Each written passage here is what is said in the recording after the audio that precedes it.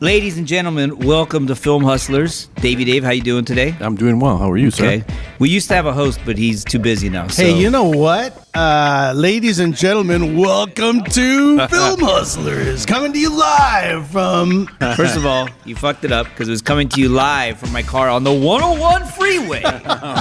From my wife's car. It wasn't even my car. My car was broken down. Why were you in your wife's car on the 101 freeway? Because I was coming to work, fool. What do you think I was doing? My car broke down. I took her car, and so I had to come to work. All right. How do you think bills get paid? Welcome to the show. Nice to see you guys. If you're listening in, people are starting to listen again. I think we've been kind of on and off in weird spaces, and we kind of lost some listeners, but they're all coming back. Hey, it's life, man. You got to do what you got to do. You're doing other things, but here we are, and we got a lot to cover today, so I'm going to jump into it.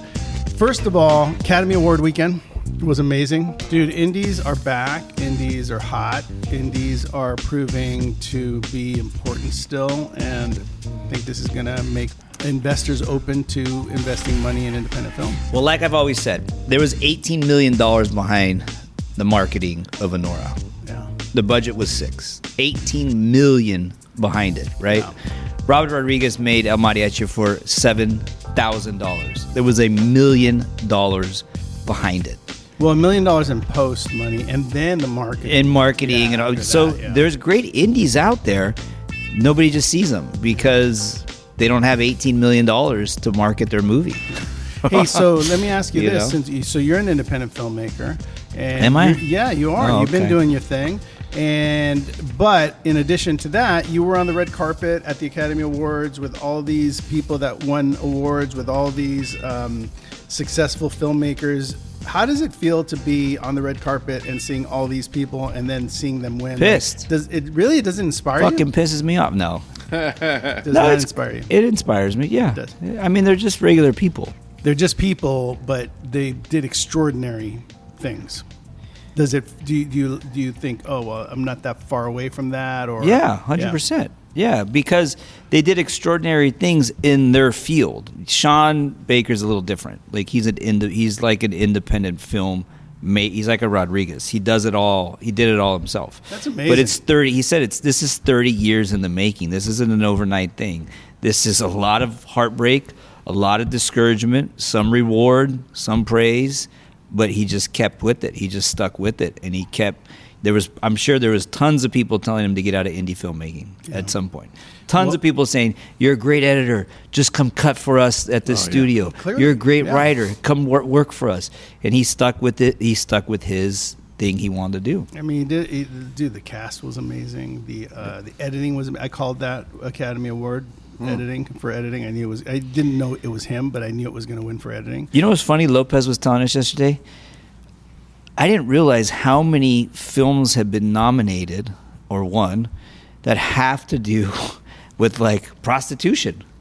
Oh right, like 18 best Oscars for females as prostitutes. As prostitutes, yeah, which is crazy. Or sex workers, or whatever. Sex workers, yeah. So I mean, I guess if you want to win an Oscar, make a movie about a sex worker. Yeah, there you go. But anyway, congratulations to all of the films that won, all the people, all the indie filmmakers with a dream. You know, I mean, clearly it's alive and well. Very different from the other shows we did. It talked about, but yeah, I mean, I think it proves to be a cyclical business where, you know, indies could be out and then they're back. You know, horror films could be out and then they're back. Like I think it goes for all of it. So if you're an indie filmmaker, this is a really great week to be alive. Talking about indie films, you know, we took our film to the San Diego Short Film Festival. Yep. And you won Most Popular. That's true. That's true. Stupid. Most popular. You did. You won the popular vote. What are you going to do? As well. Isn't that the song from, what's that? Popular. Yeah. What was the movie? Twisted? Not Twisted. What's it called? Wicked. It's called Wicked. But anyway, you won Most Popular as well as Best Picture Drama Thriller. Yep.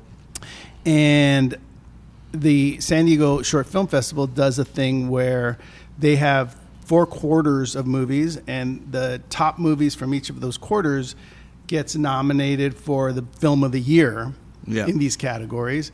And it sounds like we're Well, because you won, you're in there too, right? You're in there as best film of the year for the San Diego Film Festival. So we wanted to call James Kirby, who runs the San Diego Film Festival, who started it, and chat with him about what's going on, how does that happen, and what's his plan, and when's it showing, and are we going to win? Yeah. There we go. And he's a nice guy. Great guy. James Kirby, welcome to Film Hustlers. I got Rod Rinks, the guy who won Most Popular at the What's San up, Diego James? Festival. How you doing, brother? Hey, I'm living the dream. Very good to hear your voice. And I got Dave here as well, who produced Beautiful Darkness. My man, James. Dave, the life of the party. Yes, sir. Well, first of all, I want to congratulate you on a really cool and elegant festival. It was a lot of fun. Well, thank you. We really enjoyed being there, and we especially enjoyed the curation of all these wonderful independent films. Like I think I mentioned to you when we were there that I thought the films were really, really well picked. Well, thank you. That's makes me feel good to hear. That's what we tried to do, the selection committee, and then myself as the festival director. So hearing that praise really warms my cockles, as Grandma Kirby used to say. Well, your festival is very unique in the sense that you have, it's like 4 quarters, right? There's 4 quarters of the film festival? That's right, yeah. So the way we set it up is 4 quarters ending in an annual festival. The quarters have been feeding in with the best of each of the genre categories: drama, animation, comedy, documentary, what have you, and the various technical categories for each quarter allows us to screen more films, to give filmmakers more opportunities to see their little opus on the big screen in front of their friends, their family, cast, crew, which really makes us feel good as a festival to give people that opportunity. It also gives us the opportunity to curate the best films of the year together for that annual piece, where instead of a student film against an amateur film against a film made by a more professional team, for the annual best short films of the year iteration, what we're seeing are those 4 quarterly winners. So it'll really be a curated festival, 5 blocks of the best animated films, the best dramas, the best action thrillers such as yours, in a day. And then the committee making the very difficult determination as to which of those films will win the Grand Prix as the best picture of the year. I'm just thrilled to death for it. That's amazing. Yeah. So it's the best of the best. The best of the best, indeed. That's fun. So tell me about how have you enjoyed the year of films, and is the festival everything you thought it would be? When I set out, I really wanted to get with my judges, many of whom are very old friends, and do a thing encouraging artists, encouraging filmmakers. And it was a heck of a lot more work than I actually thought it was going to be. And so in that regard, what I thought would be a fun pastime for my retired years, because this is I'll call it my second career in my perhaps third life, has turned out to be more of a full-time job, but that's just fine. Because the artistic piece of it is fabulous. I get to spend hour after hour every week watching these very diverse, very different, very fantastic short films, not all of which are going to be the best movie you've ever seen. They're not all Citizen Kane, but many of them are. And it's so magnificent to see these, and in some instances from very young, very junior filmmakers, astonishingly so. And that piece of it is just magnificent, getting to read the notes of the judges and see if they saw what I saw, if they interpreted it the same way that I did. And if the judge who likes, experimental films, horror films, felt the same way about a movie on any given day that the judge who prefers action thrillers and love stories And when they all see the same thing, when they all have the same notes, you know that film's firing in all pistons. And that's magnificent, and that's what I was shooting for.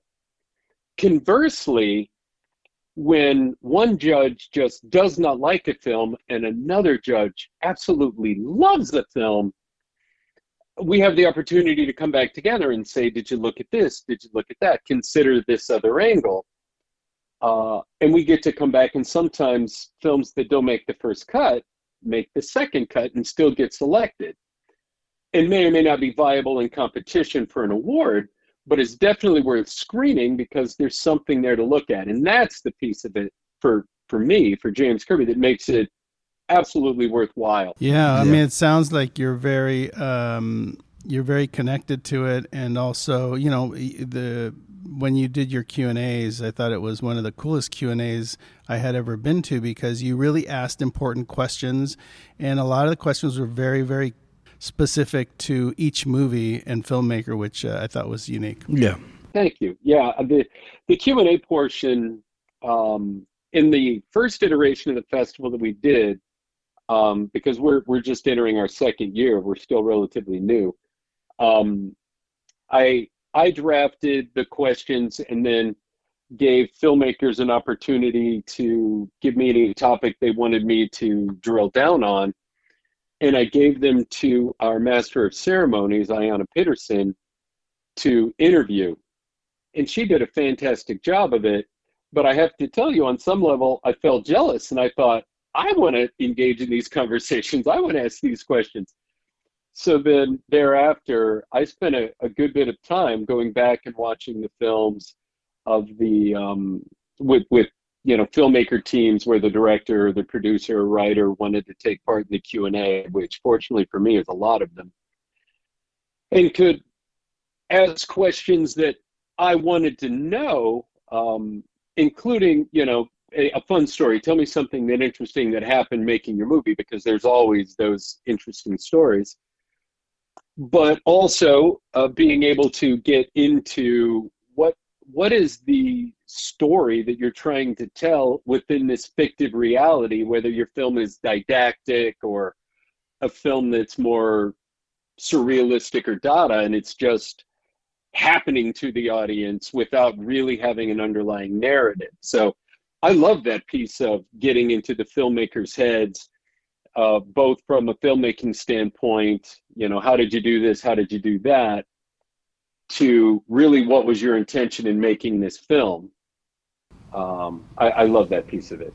Yeah, I got to say, James, of the festivals that we've gone to, and I'm not just saying this because I'm a San Diegan, but it was by far my favorite for those reasons, like you just said. Some festivals, I feel like there was one festival, I'm not going to name names. I had it in, sure, and he had me send it, and we didn't get in. But come to find out, they didn't even watch it.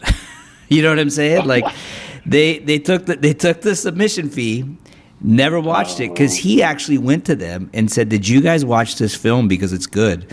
And they said, "Oh, unfortunately, it had like a 0 next to it, which meant nobody watched it." He said, "Well, I wish you would have let me known that, because I let this guy, you know, we submitted. It was a late submission. There was no favoritism.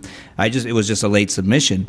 And you know, he got back to me and said, "You know, they said submit for the next round, but I'm not a fan of that. Like, you take this personal, and I could tell by talking to you, James, you're a filmmaker at heart. You're a connoisseur, and so I appreciate that. As you know, we put a lot of work into these projects, all of us, all these filmmakers, and to have somebody just dismiss the film like some of these other places, you know, it makes you angry."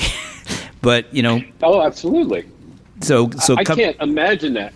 I get hot hearing that anecdote. That is so wrong for so many reasons. The least of which is not that they took your submission fee, right? Well, it's yeah. Like, I'll take your money, but we won't consider your film. Right. That's ridiculous. Yeah. And then they were going to charge us for the second round. That was the catch. The guy said, "Well, I can get you a discount." I said, "I'm not paying we're not paying for another round." Like, that was it. And this was a pretty big festival. It wasn't like a small little festival. It was a good sized festival, so it's all good. That's disappointing to hear. Yeah. I'll tell you, I appreciate the compliment that you hit me with before the anecdote, and I watch every film at least once. I think we've had more than 200 submissions in the last 10 months, and I've watched almost all of them more than once, some multiple times. And as I indicated before, even when the judges are like, "Oh, I hated that film," there are very few that we all uniformly agree needs to be rejected out of hand. And I can count on one hand the number of films we've had that way. And so we go back and go back. And one of the things that I and really wanted to impart on the judges in the film festival going forward is that we wanted to be as positive as we could be in supporting filmmakers, and I break them into three categories really, because there's student filmmakers who are usually low budget to no budget, maybe micro budget, although sometimes they have really good equipment because they're at a university or a college, whatever the case may be. But you know what you're going to get most of the time with a student film. Then there are amateur films, which may or may not have good equipment, may or may not have any experience, may or may not have a film degree. You never know what you're going to get with the amateur filmmakers, of which I consider myself one. And then in your category, my friend, there are professionals who are making short films, because we're specific to short films. Part of the reason, which is I committed to watching all the films like we're talking about, and watching features is a time commitment. And I would rather get into more films than longer films. And anyway, I just insist that we watch everything we get.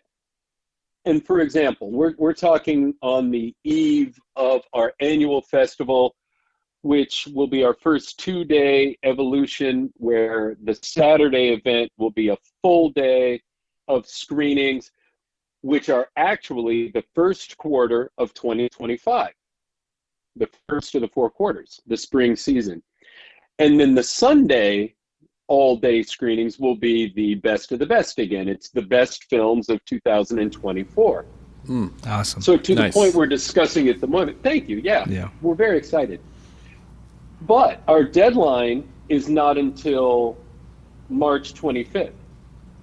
And because you never know what you're going to get, and films drop out for whatever reason, the filmmaker can't get it, the tech doesn't work, whatever, and so we might need a pitch in. Yeah. But realistically, the majority of those films that are coming in from March 1st to March 15th have will have a rough time getting selected. But to your point, Rod, those filmmakers I've reached out to and sort of let them know that. And I'm like, hey, I appreciate your film. We watched it. We considered it. We have actually selected one in the 11th hour and curated it in because it fit really well, but most not. And here's the point. I go to those filmmakers and I say, look, I realize that the festival's open until March 15th, and I will see every film that we receive until then. You paid your money and I'll watch your movie. And then I've given those filmmakers a 100% fee waiver to resubmit for the 2025 season. Oh, that's great. That is so nice. Yeah. Because it's about supporting those filmmakers, supporting those films. And as we because different judges rotate in and out sometimes, and different judges got different eyes. It's purely subjective most of the time. A film that may not be selected for screening in the first quarter, we still have access to for the purposes of an annual festival, and it may get selected in the second or third quarter, and we've seen that a lot. Yeah.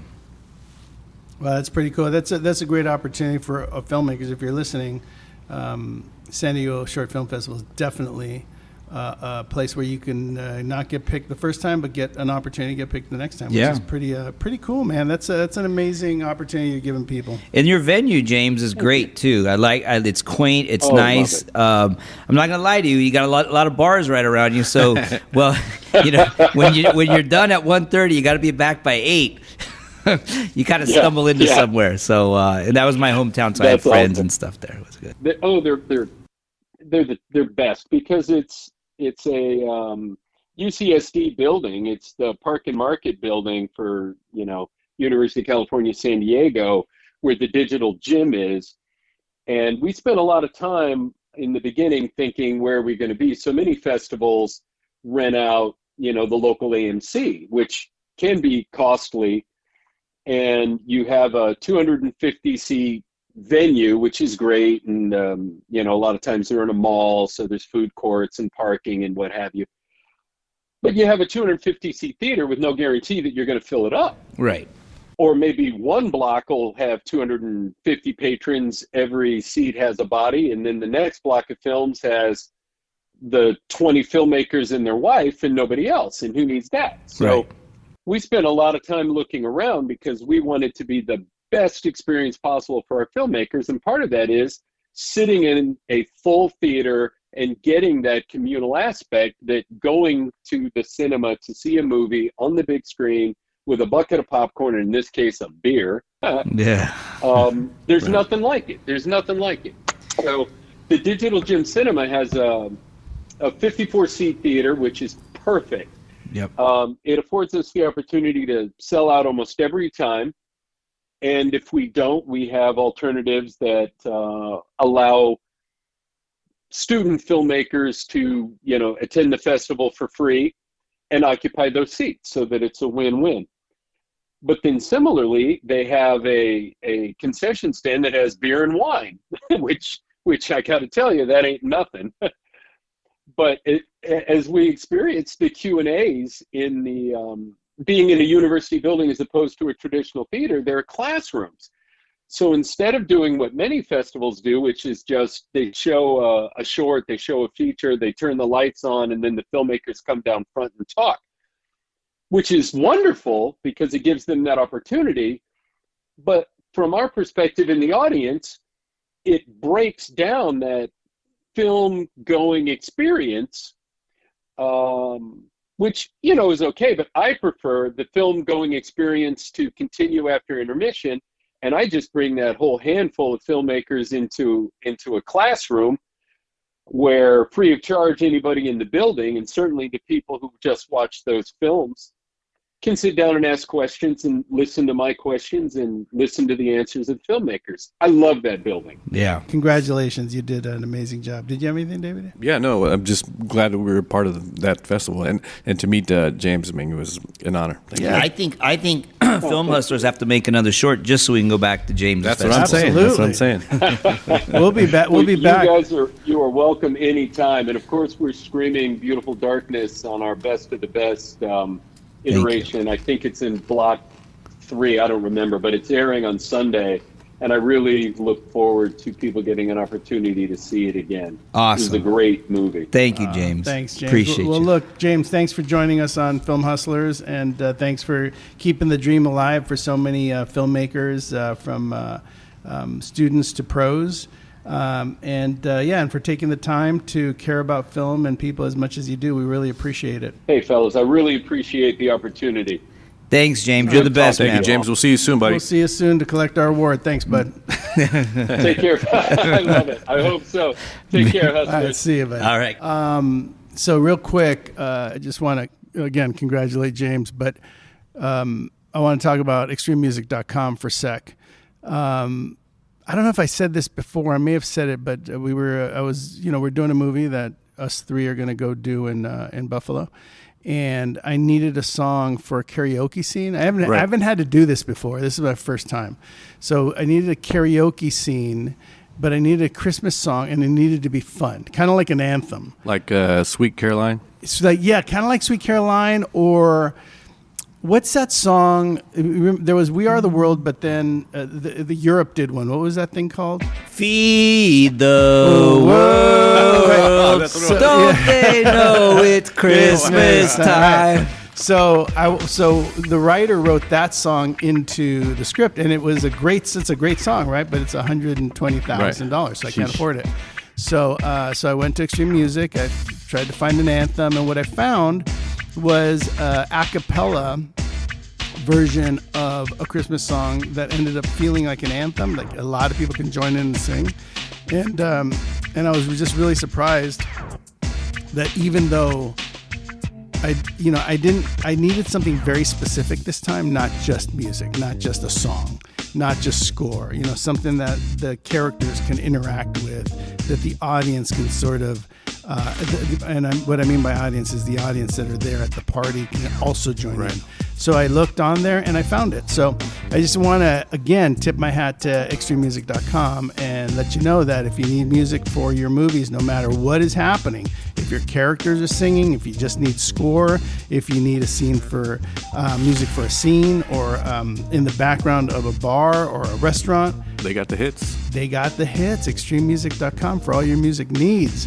All right, guys, that was an awesome show. Yeah, thanks for James coming on. Yeah, I'm actually texting James right now. He's such a good guy, man. He is a good guy. And he cares so much about independent filmmaking. And he cares about filmmakers, dude. That no one cares like he does. No, really, they don't. And he's so smart. Very smart.